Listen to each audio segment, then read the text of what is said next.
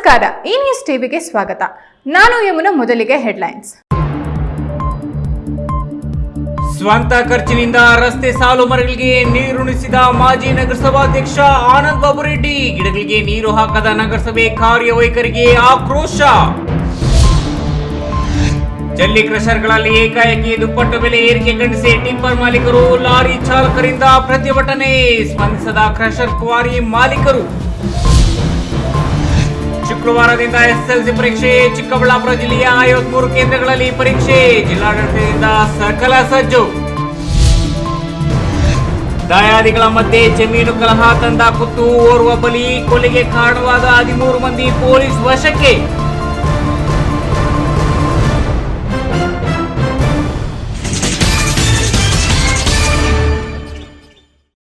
ವಾರ್ತೆಗಳ ವಿವರ.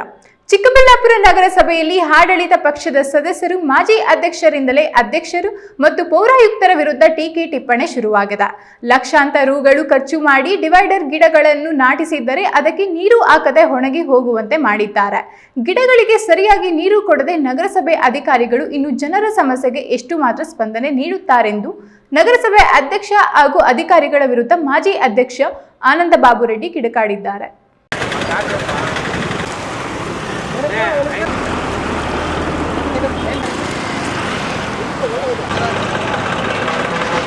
ಚಿಕ್ಕಬಳ್ಳಾಪುರ ನಗರಸಭೆ ಬಿಬಿ ರಸ್ತೆಯಲ್ಲಿ ನೆಟ್ಟಿರುವ ಸಾಲು ಗಿಡಗಳಿಗೆ ನಗರಸಭಾಧಿಕಾರಿಗಳು ಸರಿಯಾಗಿ ನೀರು ಹಾಕದೆ ಒಣಗಿ ಹೋಗಿವೆ. ಬೆಳೆದು ನಿಂತ ನಗರದ ಸೌಂದರ್ಯವನ್ನು ಹೆಚ್ಚಿಸಬೇಕಾದ ಗಿಡಗಳನ್ನು ಕಾಪಾಡದ ಅಧ್ಯಕ್ಷರು, ಪೌರಾಯುಕ್ತರು ಸೇರಿದಂತೆ ಅಧಿಕಾರಿಗಳು ಹೊಣೆ ಎಂದು ತಮ್ಮ ಸ್ವಪಕ್ಷೀಯ ಅಧ್ಯಕ್ಷರ ವಿರುದ್ಧವೇ ಮಾಜಿ ಅಧ್ಯಕ್ಷರು, ಹಾಲಿ ಸದಸ್ಯರು ಆನಂದ ಬಾಬು ರೆಡ್ಡಿ ನಡು ಬೀದಿಯಲ್ಲಿ ಆಕ್ರೋಶ ವ್ಯಕ್ತಪಡಿಸಿದ್ದಾರೆ. ತಾವೇ ಸ್ವಂತ ಖರ್ಚಿನಲ್ಲಿ ಟ್ಯಾಂಕರ್ ಮೂಲಕ ಗಿಡಗಳಿಗೆ ನೀರು ಹಾಕಿ ಅಧಿಕಾರಿಗಳಿಗೆ ಶಾಪ ಹಾಕಿದ್ದಾರೆ. ನಾನು ಅಧ್ಯಕ್ಷನಾಗಿದ್ದ ವೇಳೆ ಆಂಧ್ರ ಪ್ರದೇಶದಿಂದ ತರಿಸಿ ಗಿಡಗಳನ್ನು ನಾಟಿ ಮಾಡಿಸಿದ್ದೆ. ಅದನ್ನು ಉಳಿಸಿ ಬೆಳೆಸಿ ಇದೀಗ ಬೇಸಿಗೆ ಕಾಲ, ಈಗ ಸರಿಯಾಗಿ ನೀರು ಹಾಕಿ ಅಂತ ಎಷ್ಟು ಬಾರಿ ಹೇಳಿದ್ರೂ ನೀರು ಹಾಕದೆ ನಿರ್ಲಕ್ಷ್ಯ ವಹಿಸಿದ್ದಾರೆ. ನಮ್ಮಂತೆ ಗಿಡಗಳಿಗೂ ನೀರು ಅವಶ್ಯಕತೆ ಇದೆ. ಗಿಡಗಳಿಗೆ ಸರಿಯಾಗಿ ನೀರು ಹಾಕಿಲ್ಲ ಅಂದರೆ ಈ ನಗರದ ನಾಗರಿಕರ ಸಮಸ್ಯೆಗಳನ್ನು ಎಷ್ಟು ಮಾತ್ರ ಬಗೆಹರಿಸ್ತಾರೆ ಅಂತ ಕಿಡಿಕಾರಿದ್ರು. ನಗರದ ವ್ಯಾಪ್ತಿಯಲ್ಲಿರ್ತಕ್ಕಂಥ ಡಿವೈಡರ್ಗಳಲ್ಲಿ 2023 ಜನವರಿ ತಿಂಗಳಲ್ಲಿ ಈ ಗಿಡವನ್ನು ನಮ್ಮ ಅವಧಿಯಲ್ಲಿರ್ತಕ್ಕಂಥ ನಾವು ಅಧ್ಯಕ್ಷತೆ ನಿಟ್ಟಿನಲ್ಲಿ ಇವತ್ತು ಗಿಡಗಳನ್ನೆಲ್ಲ ನಡೆಸಿರ್ತೀರಿ. ಆ ದಿನದಿಂದ ನಾನು ಏನು 2023 ಏಪ್ರಿಲಲ್ಲಿ ನಮ್ಮ ಅವಧಿ ಮುಕ್ತಾಯಗೊಂಡ ನಂತರ, ಆಡಳಿತ ಅವಧಿ ನಮ್ಮದು ಮುಕ್ತಾಯದ ನಂತರ ಏನು ಕಮಿಷನರ್ಗಳಾಗಿರ್ಬೋದು, ಅಧಿಕಾರಿಗಳಾಗಿರ್ಬೋದು, ಅವರಿಗೆಲ್ಲ ಭಾಳಷ್ಟು ದಿನಗಳಿಂದ ಹೇಳ್ತಾನೆ ಇದ್ದೀನಿ. 1.5 ವರ್ಷ ಆಯಿತು ಹೇಳ್ತಾನೆ ಇದ್ದೀನಿ ಅವರಿಗೆ, ಗಿಡಗಳಿಗೆ ನೀರು ಹಾಕಿ, ನಗರ ಸುಂದರತೆಯನ್ನು ಕಾಪಾಡಿ, ಸ್ವಚ್ಛತೆ ಕಾಪಾಡಿ ಅಂತ ಹೇಳ್ತಾನೆ ಇದ್ದೀನಿ. ಇದುವರೆಗೂ ಅವರು ಯಾವುದಕ್ಕೂ ಸ್ಪಂದನೆ ಇಲ್ಲ. ಯಾಕೆಂದರೆ ಇವತ್ತು ಚಿಕ್ಕಬಳ್ಳಾಪುರ ನಗರ ಕೇಂದ್ರ ಬಿಂದುವಾಗಿದೆ. ಈ ಡಿವೈಡರ್ಗಳಲ್ಲಿ ಏನು ನಾವು ಗಿಡ ನೆಟ್ಟಿರ್ತಕ್ಕಂಥದ್ದನ್ನು ಎಲ್ಲ ನಮ್ಮ ಡಿಸ್ಟ್ರಿಕ್ಟ್ ಹೆಡ್ ಕ್ವಾರ್ಟರ್ಸ್ ಇರೋದ್ರಿಂದ ಇದು ಬಂದು ನೋಡೋಕ್ಕೆ ಭಾಳ ಸುಂದರವಾಗಿರುತ್ತೆ. ನಗರ ಸುಂದರತೆ ಇವರು ನಿರ್ವಹಣೆ ಮಾಡಲು ವಿಫಲರಾಗಿದ್ದಾರೆ, ಹಾಗೂ ಸ್ವಚ್ಛತೆಯನ್ನು ಕಾಪಾಡಲು ಇವತ್ತು ವಿಫಲರಾಗಿದೆ ನಗರಸಭೆ. ಇವತ್ತು ಆಯುಕ್ತರಾಗಿರ್ಬೋದು, ಅಧ್ಯಕ್ಷರಾಗಿರ್ಬೋದು, ಯಾವುದು ಕಾಳಜಿ ತೋರಿಸ್ತಾ ಇಲ್ಲ. ಪದೇ ಹೇಳಿ ನಂಗೆ ಸಾಕಾಗುತ್ತೆ. ಮಾಜಿ ಅಧ್ಯಕ್ಷನಾಗಿ, ಸದಸ್ಯನಾಗಿ ನಾನು ಭಾಳಷ್ಟು ನೀರು ಹಾಕ್ಬೇಕು ಗಿಡಗಳಿಗೆ ಅಂದಾಗ ನಾವು ಹೇಳೋದು 4 ತಿಂಗಳು, ಸಮ್ಮರು 4 ತಿಂಗಳು, 5 ತಿಂಗಳಿರುತ್ತೆ. ಆ 4-5 ತಿಂಗಳಲ್ಲಿ ವಾರಕ್ಕೆ 2 ಟ್ಯಾಂಕರ್ ಹಾಕಿ ಅಂತ ಹೇಳಿದಾಗ 100 ಸರಿ ಹೇಳಿದ್ರೆ 1 ಸರಿ ಹಾಕ್ತಾರೆ. ಆ ನಿಟ್ಟಿನಲ್ಲಿ ಇವತ್ತು ನಾವು ನಮ್ಮ ಸದಸ್ಯರುಗಳು ಎಲ್ಲ ಸೇರಿಕೊಂಡು ಇವತ್ತು ನಾವೇ ಗಾಡಿ ತೊಗೊಂಡು ಇವತ್ತು ಗಿಡಗಳಿಗೆ ನೀರು ಹಾಕುವಂತ ಇವರು ಏನು ವಿಫಲರಾಗಿದ್ದಾರೆ. ಯಾವುದೇ ಒಂದು ಇದಕ್ಕೂ ಸ್ಪಂದಿಸ್ತಾ ಇಲ್ಲ. ಗಿಡಗಳು ನೀರು ಹಾಕುವ ನಿಟ್ಟಿನಲ್ಲಿ ಇವತ್ತು ಕೆಲಸ ಮಾಡಿದ್ರೆ ಇವರು ಜನಗಳ ಅಭಿವೃದ್ಧಿಯನ್ನು ಮಾಡ್ತಾರೆ, ಜನಗಳ ಪರವಾಗಿ ಏನು ನಿಂತ್ಕೊಂಡು ಇವ್ರು ಕೆಲಸ ಮಾಡ್ತಾರೆ. ಅಧ್ಯಕ್ಷರಾಗಿರ್ಬೋದು, ಆಯುಕ್ತರಾಗಿರ್ಬೋದು. ಇವತ್ತು ಪಾರ್ಕ್ಗಳು ಹೋಗಿ ನೋಡಿ, ನಿರ್ವಹಣೆ ಇಲ್ಲ. ಎಲ್ಲೆಂದಲ್ಲಿ ಸುತ್ತ ಗಿಡಗಳಾಗಿರ್ಬೋದು ಆಗಿರ್ಬೋದು, ನಿರ್ವಹಣೆ ಮಾಡ್ತಾ ಇಲ್ಲ. 7ರಿಂದ 8 ಪಾರ್ಕ್ ಇದೆ, ನಿರ್ವಹಣೆ ಇಲ್ಲ. ಈ ವೇಳೆ ನಗರಸಭಾ ಸದಸ್ಯ ಯತೀಶ್, ಆರ್ ಮುನಿರಾಜು, ಸುಬ್ರಹ್ಮಣಿ ಇತರರು ಜೊತೆಗಿದ್ರು. ಕ್ಯಾಮರಾ ಪರ್ಸನ್ ಅಶ್ವಥ್ ಜೊತೆ ಕೆಎಸ್ ನಾರಾಯಣಸ್ವಾಮಿ, ಈ ನ್ಯೂಸ್ ಟಿವಿ, ಚಿಕ್ಕಬಳ್ಳಾಪುರ.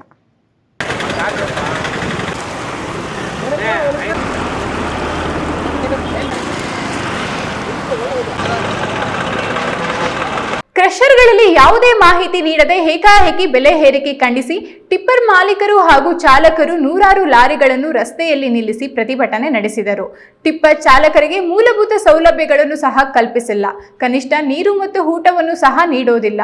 ಚಾಲಕರು ಕೇವಲ ದುಡಿಮೆಗೆ ಮಾತ್ರ ಸೀಮಿತರಾಗಿದ್ದೇವೆ ಎಂದು ಅವಲತ್ತುಕೊಂಡರು.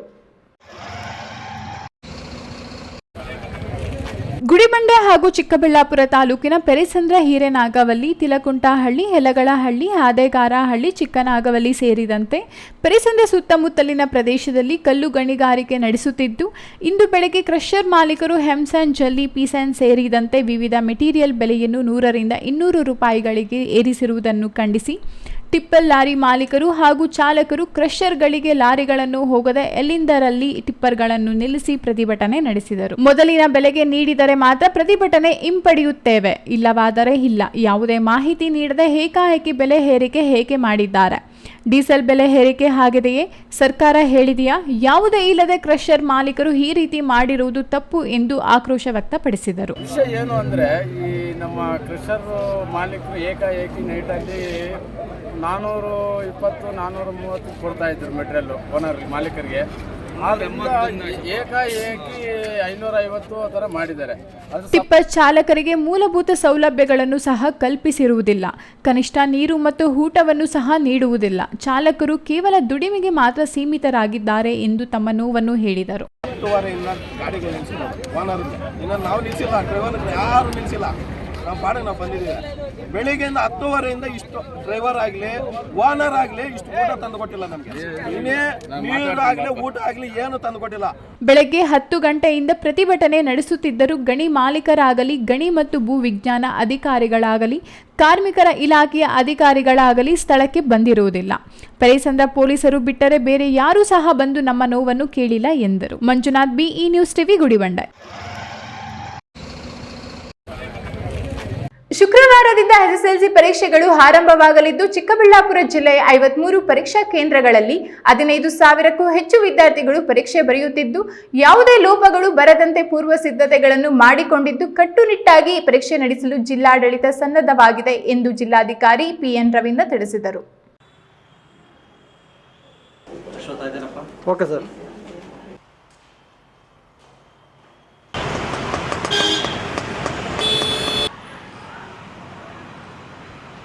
ಮಾರ್ಚ್ 21 ಶುಕ್ರವಾರದಿಂದ ಆರಂಭವಾಗಲಿರುವ SSLC ಪರೀಕ್ಷೆಗಳ ಸಿದ್ಧತೆಗಳ ಕುರಿತು ಚಿಕ್ಕಬಳ್ಳಾಪುರ ಜಿಲ್ಲಾಧಿಕಾರಿ PN ರವೀಂದ್ರ ಸುದ್ದಿಗೋಷ್ಠಿ ನಡೆಸಿ ಮಾತನಾಡಿ, ಮಾರ್ಚ್ 21ರಿಂದ ಆರಂಭವಾಗಿ ಏಪ್ರಿಲ್ 4ರವರೆಗೆ ನಡೆಯಲಿರುವ SSLC ವಾರ್ಷಿಕ ಪರೀಕ್ಷೆಯನ್ನು ಯಾವುದೇ ಲೋಪಗಳಿಲ್ಲದೆ ಸುಗಮವಾಗಿ ನಡೆಸಲು ಜಿಲ್ಲಾಡಳಿತ ಸಕಲ ಸಿದ್ಧತೆಗಳನ್ನು ಮಾಡಿಕೊಂಡಿದೆ ಎಂದರು. ಚಿಕ್ಕಬಳ್ಳಾಪುರ ಜಿಲ್ಲೆಯ ಒಟ್ಟು 53 ಪರೀಕ್ಷಾ ಕೇಂದ್ರಗಳಲ್ಲಿ 15,763 ವಿದ್ಯಾರ್ಥಿಗಳು ಪ್ರಥಮ ಬಾರಿಗೆ ಹಾಗೂ 727 ಪುನರಾವರ್ತಿತ ಅಭ್ಯರ್ಥಿಗಳು ಸಿಸಿ ಕ್ಯಾಮೆರಾ ಕಣ್ಗಾವಲಿನಲ್ಲಿ ಪರೀಕ್ಷೆ ಬರೆಯಲಿದ್ದಾರೆ. ಜಿಲ್ಲೆಯ 309 ಪ್ರೌಢಶಾಲೆಗಳ ವಿದ್ಯಾರ್ಥಿಗಳು ಈ ಬಾರಿಯ SSLC ಪರೀಕ್ಷೆ ಬರೆಯುತ್ತಿದ್ದಾರೆ. ಪರೀಕ್ಷಾ ಕೇಂದ್ರಗಳಲ್ಲಿ ಪಾರದರ್ಶಕತೆ ಕಾಪಾಡುವ ದೃಷ್ಟಿಯಿಂದ ಸಿಸಿ ಕ್ಯಾಮೆರಾಗಳನ್ನು ಅಳವಡಿಸಲಾಗಿದೆ. ಜಿಲ್ಲಾ ಪಂಚಾಯತ್ ಕಚೇರಿ ಸಭಾಂಗಣದಲ್ಲಿ ಎಲ್ಲ ಪರೀಕ್ಷಾ ಕೇಂದ್ರಗಳ ಸಿಸಿ ಕ್ಯಾಮೆರಾಗಳ ನಿಯಂತ್ರಣ ಕೊಠಡಿಯನ್ನು ತೆರೆಯಲಾಗಿದೆ. ಪರೀಕ್ಷಾ ಕೇಂದ್ರಗಳ ಸುತ್ತಮುತ್ತ 200 ಮೀಟರ್ ವ್ಯಾಪ್ತಿಯಲ್ಲಿನ ಜೆರಾಕ್ಸ್ ಸೆಂಟರ್ಗಳನ್ನು ಮುಚ್ಚುವಂತೆ ಸೂಚಿಸಲಾಗಿದೆ. ವಿದ್ಯಾರ್ಥಿಗಳು ಯಾವುದೇ ವದಂತಿಗಳಿಗೆ ಕಿವಿಗೊಡದೆ ಆತ್ಮವಿಶ್ವಾಸದಿಂದ ಪರೀಕ್ಷೆ ಎದುರಿಸಬೇಕು ಅಂತ ಹೇಳಿದರು. ಚಿಕ್ಕಬಳ್ಳಾಪುರ ಜಿಲ್ಲೆಯಲ್ಲಿ ಒಟ್ಟು 53 ಪರೀಕ್ಷಾ ಕೇಂದ್ರಗಳನ್ನು ನಾವು ತೆರೆದಿದ್ದೀವಿ. ಈ ಬಾರಿ ರಚನೆ ಮಾಡಲಾಗಿದೆ. ಬಾಗೇಪಲ್ಲಿಯಲ್ಲಿ 9 ಪರೀಕ್ಷಾ ಕೇಂದ್ರಗಳು, ಚಿಕ್ಕಬಳ್ಳಾಪುರದಲ್ಲಿ 8 ಪರೀಕ್ಷಾ ಕೇಂದ್ರಗಳು, ಚಿಂತಾಮಣಿಯಲ್ಲಿ 11 ಪರೀಕ್ಷಾ ಕೇಂದ್ರಗಳು, ಗೌರಿಬಿದನೂರಿನಲ್ಲಿ 13 ಪರೀಕ್ಷಾ ಕೇಂದ್ರಗಳು, ಗುಡಿಬಂಡೆಯಲ್ಲಿ 2 ಪರೀಕ್ಷಾ ಕೇಂದ್ರಗಳು, ಶಿಡ್ಲಘಟ್ಟ ತಾಲೂಕಿನಲ್ಲಿ 10 ಪರೀಕ್ಷಾ ಕೇಂದ್ರಗಳನ್ನು, ಒಟ್ಟು 53 ಪರೀಕ್ಷಾ ಕೇಂದ್ರಗಳನ್ನು ಜಿಲ್ಲೆಯಾದ್ಯಂತ ನಾವು ರಚನೆ ಮಾಡಿದ್ದೀವಿ. ಹಾಗೆಯೇ ಇವುಗಳನ್ನು 34 ಕ್ಲಸ್ಟರ್ ಸಹಿತ ಪರೀಕ್ಷಾ ಕೇಂದ್ರಗಳಾಗಿದ್ದು 19 ಇದರಲ್ಲಿ ಸ್ವತಂತ್ರ ಪರೀಕ್ಷಾ ಕೇಂದ್ರಗಳಾಗಿ ಈ ಬಾರಿ ಕಾರ್ಯವನ್ನು ನಿರ್ವಹಿಸ್ತವೆ. ಚಿಕ್ಕಬಳ್ಳಾಪುರ ಜಿಲ್ಲೆಯಲ್ಲಿ 309 ಪ್ರೌಢಶಾಲೆಗಳಿಂದ 15,763 ವಿದ್ಯಾರ್ಥಿಗಳು ಪ್ರಥಮ ಬಾರಿಗೆ ಪರೀಕ್ಷೆಯನ್ನು ಬರೀಲಿಕ್ಕೆ ನೋಂದಾಯಿಸಿಕೊಂಡಿದ್ದಾರೆ. ಇದರಲ್ಲಿ ಸರ್ಕಾರಿ ಶಾಲೆಯ 6,541, ವಸತಿ ಶಾಲೆಯ 1,032, ಅನುದಾನಿತ ಶಾಲೆಯ 2,762, ಅನುದಾನ ರಹಿತ ಶಾಲೆಯಿಂದ 5,428, ಹೀಗೆ ಒಟ್ಟು 7,794 ಗಂಡು ಮಕ್ಕಳಿದ್ದಾರೆ, 7,969 ಹೆಣ್ಮಕ್ಳು ಇರ್ತಕ್ಕಂಥದ್ದನ್ನು ಈ ಬಾರಿ ನಾವು ಕಾಣ್ಬೋದು. ಇನ್ನು ಚಿಕ್ಕಬಳ್ಳಾಪುರ ಜಿಲ್ಲೆಯಲ್ಲಿನ ಒಟ್ಟು 53 ಪರೀಕ್ಷಾ ಕೇಂದ್ರಗಳ ಪೈಕಿ ಬಾಗೇಪಲ್ಲಿ ತಾಲೂಕಿನಲ್ಲಿ 9, ಚಿಕ್ಕಬಳ್ಳಾಪುರ 8, ಚಿಂತಾಮಣಿ 11, ಗೌರಿಬಿದನೂರು 13, ಗುಡಿಬಂಡೆ 2 ಮತ್ತು ಶಿಡ್ಲಘಟ್ಟ ತಾಲೂಕಿನಲ್ಲಿ 10 ಪರೀಕ್ಷಾ ಕೇಂದ್ರಗಳನ್ನು ತೆರೆಯಲಾಗಿದೆ. ಇವುಗಳಲ್ಲಿ 34 ಕ್ಲಸ್ಟರ್ ಸಹಿತ ಪರೀಕ್ಷಾ ಕೇಂದ್ರಗಳಾಗಿದ್ದರೆ 19 ಸ್ವತಂತ್ರ ಪರೀಕ್ಷಾ ಕೇಂದ್ರಗಳಾಗಿವೆ. ಜಿಲ್ಲೆಯ ಎಲ್ಲ ಪರೀಕ್ಷಾ ಕೊಠಡಿಗಳಲ್ಲಿ, ಪರೀಕ್ಷಾ ಕೇಂದ್ರದ ಕಚೇರಿಯಲ್ಲಿ ಮತ್ತು ಕಾರಿಡಾರ್ಗಳಲ್ಲಿ ಸಿಸಿಟಿವಿ ಅಳವಡಿಸಲಾಗಿದೆ. ಮುಖ್ಯ ಅಧೀಕ್ಷಕರ ಕೊಠಡಿಯಲ್ಲಿ ಎಲ್ಲ ಕೊಠಡಿಗಳ ಸಿಸಿಟಿವಿ ವೀಕ್ಷಿಸಲು ವ್ಯವಸ್ಥೆ ಮಾಡಲಾಗಿದೆ. ಹಾಗೆ ಜಿಲ್ಲಾ ಪಂಚಾಯಿತಿಯ ವಿಸಿ ಹಾಲ್ನಲ್ಲಿ ವೆಬ್ಕಾಸ್ಟ್ ವೀಕ್ಷಿಸಲು ಪ್ರತಿ ತಾಲೂಕಿಗೆ ಇಬ್ಬರಂತೆ ಒಟ್ಟು 12 ತಂತ್ರಜ್ಞ ಕಾರ್ಯನಿರ್ವಾಹಕರನ್ನು ನಿಯೋಜಿಸಲಾಗಿದೆ ಎಂದರು. ಕ್ಯಾಮರಾ ಪರ್ಸನ್ ಅಶ್ವಥ್ ಜೊತೆ ಕೆಎಸ್ ನಾರಾಯಣಸ್ವಾಮಿ, ಈ news TV, Chikkaballapur. Okay sir.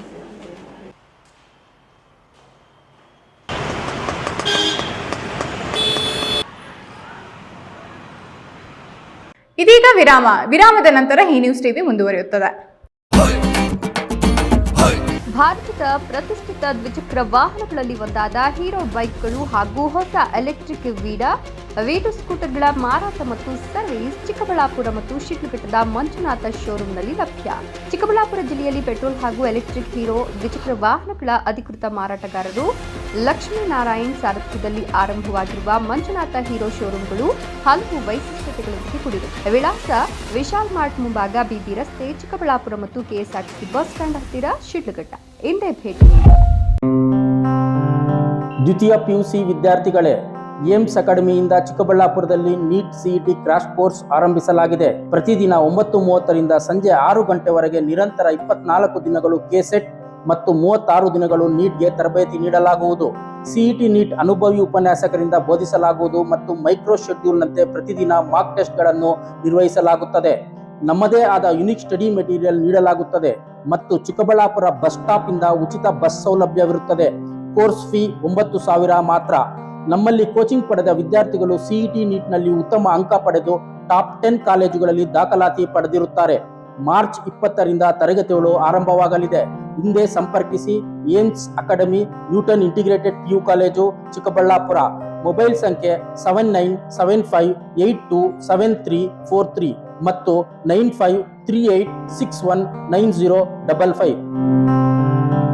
ನನ್ನ ಕನಸು ಡಾಕ್ಟರ್ ಆಗೋದು. ಡಾಕ್ಟರ್ ಆಗೋದು ನನ್ನ ಕನಸು. ಮಗಳು ಡಾಕ್ಟರ್ ಆಗಲಿ ಅನ್ನೋದು ನನ್ನ ಕನಸು. ಕನಸು ಎಲ್ಲರಿಗೂ ಇರುತ್ತದೆ. ಇಂಕ ಡಾಕ್ಟರ್ ಓಡ್ಪಂದು ಭಾರಿ ಆಸೆ ಉಂಡು. ಮೆಡಿಕಲ್ ಓದೋಣ ನಡ ಸ್ವಪ್ನ.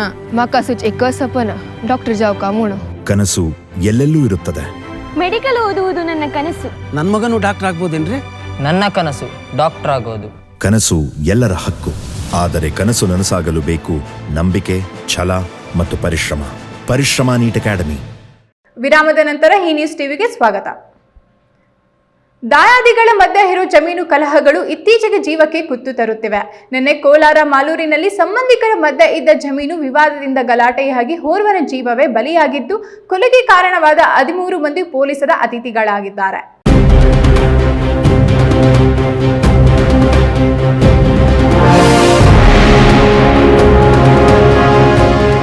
ಹೀಗೆ ಕೊಲೆಯಾದ ವ್ಯಕ್ತಿಯ ಮೃತದೇಹದ ಎದುರು ರೋಧಿಸುತ್ತಿರುವ ಪತ್ನಿ ಹಾಗೂ ಕುಟುಂಬಸ್ಥರು. ಕಾರುಗಳ ಮೇಲೆ ಕಲ್ಲು ತೂರಾಟ ನಡೆಸಿದ ಪರಿಣಾಮ ಗಾಜು ಪುಡಿ ಪುಡಿಯಾಗಿರುವ ದೃಶ್ಯಗಳು. ಪೊಲೀಸರು ಆರೋಪಿಗಳನ್ನು ಬಂಧಿಸಿ ಕರೆದೊಯ್ಯುತ್ತಿರುವ ದೃಶ್ಯಗಳು. ಇದೆಲ್ಲ ದೃಶ್ಯಗಳು ಕಂಡುಬಂದದ್ದು ಕೋಲಾರ ಜಿಲ್ಲೆಯ ಮಾಲೂರು ತಾಲೂಕಿನ ಪಡವನಹಳ್ಳಿ ಗ್ರಾಮದಲ್ಲಿ. ಹೌದು, ಕೇವಲ ಮೆಣಸಿನ ತೋಟದಲ್ಲಿನ ಒಂದು ಸಾಲಲ್ಲಿರೋ ಮೆಣಸಿನ ಗಿಡಗಳು ಹಾಳಾಯಿತು ಅಂತ ಆರಂಭವಾಗಿದ್ದ ಒಂದೇ ಕುಟುಂಬಸ್ಥರ ಮಧ್ಯದ ಗಲಾಟೆ ಓರ್ವ ಅಮಾಯಕನ ಕೊಲೆಯಲ್ಲಿ ಅಂತ್ಯವಾಗಿದೆ. ಕೋಲಾರ ಜಿಲ್ಲೆಯ ಮಾಲೂರು ತಾಲೂಕಿನ ಪಡವನಹಳ್ಳಿ ಗ್ರಾಮದ ಮುನಿರಾಜು ಅಲಿಯಾಸ್ ಕಾಮಧೇನು ಎಂಬಾತ ತಮ್ಮ ಜಮೀನಿನ ರಸ್ತೆ ಬಳಿ ತಡರಾತ್ರಿ 1:30 ವೇಳೆಯಲ್ಲಿ ಕೊಲೆಯಾಗಿದ್ದಾನೆ. ಇಷ್ಟಕ್ಕೂ ಆಗಿದ್ದೇನೋ ಅಂತ ನೋಡೋದಾದ್ರೆ, ಪಡವನಹಳ್ಳಿ ಗ್ರಾಮದ ಅಣ್ಣಯ್ಯಪ್ಪ ಹಾಗೂ ಕೃಷ್ಣಪ್ಪ ಕುಟುಂಬದ ಮಧ್ಯೆ ಕಳೆದ ಹಲವು ವರ್ಷಗಳಿಂದಲೂ ಜಮೀನು ವಿಚಾರಕ್ಕೆ ವೈಮನಸ್ಸಿದೆ. ಕೃಷ್ಣಪ್ಪ, ಮುನಿರಾಜು, ಈರಪ್ಪ ಹಾಗೂ ನಾಗರಾಜ್ ಎಂಬ ಒಂದೇ ಕುಟುಂಬಸ್ಥರಿಗೆ ಸೇರಿದ ಜಮೀನಿಗೆ ತೆರಳಲು ತಮ್ಮ ಚಿಕ್ಕಪ್ಪನೇ ಆಗಿರುವ ಅಣ್ಣಯ್ಯಪ್ಪ ಜಮೀನಿನ ಪಕ್ಕದ ರಸ್ತೆಯನ್ನು ಅವಲಂಬಿಸಿದ್ದಾರೆ. ಆದರೆ ಈ ರಸ್ತೆಯ ಜಾಗ ಕೆರೆ ಅಂಗಳದಲ್ಲಿದೆ ಅನ್ನೋದು ನಾಗರಾಜ್, ಮುನಿರಾಜು ಅವರು ಹಲವು ವರ್ಷದಿಂದ ವಾದ ಮಾಡುತ್ತಿದ್ದಾರೆ. ಆದರೆ ನಿನ್ನೆ ನಾಗರಾಜ್ ಅವರಿಗೆ ಸೇರಿದ ಜಮೀನಿನಲ್ಲಿ ಬೋರ್ವೆಲ್ ಡ್ರಿಲ್ ಮಾಡಲು ಬೋರ್ವೆಲ್ ವಾಹನ ಆಗಮಿಸುವಾಗ ರಸ್ತೆ ಬದಿಯಿದ್ದ ಅಣ್ಣಯ್ಯಪ್ಪ ಅವರ ಮೆಣಸಿನಕಾಯಿ ಗಿಡಗಳಿದ್ದ ಒಂದು ಸಾಲಿನ ಮೇಲೆ ಬೋರ್ವೆಲ್ ಲಾರಿಯ ಚಕ್ರ ಹರಿದು ಮೆಣಸಿನಕಾಯಿ ಗಿಡ ಹಾಗೂ ಗಿಡಗಳಿಗೆ ಹಾಕಿದ್ದ ಕಡ್ಡಿಗಳು ಮುರಿದು ಹೋಗಿದೆ. ಇದೇ ವಿಚಾರಕ್ಕೆ ಕೃಷ್ಣಪ್ಪ, ನಾಗರಾಜ್ ಮೇಲೆ ಅಣ್ಣಯ್ಯಪ್ಪ ಗಲಾಟೆ ಮಾಡಿ ಅವಾಚ್ಯ ಶಬ್ದಗಳಿಂದ ಬೈಗುಳ ಹಾಕಿದ್ದಾರೆ. ಆಗ ಅಣ್ಣಯ್ಯಪ್ಪಗೆ ಕುಟುಂಬಸ್ಥರು ಸಾಥ್ ನೀಡಿದ್ದು ಪರಸ್ಪರ 7 ಗಂಟೆ ವೇಳೆಗೆ ಗಲಾಟೆ ಮಾಡಿಕೊಂಡಿದ್ದಾರೆ.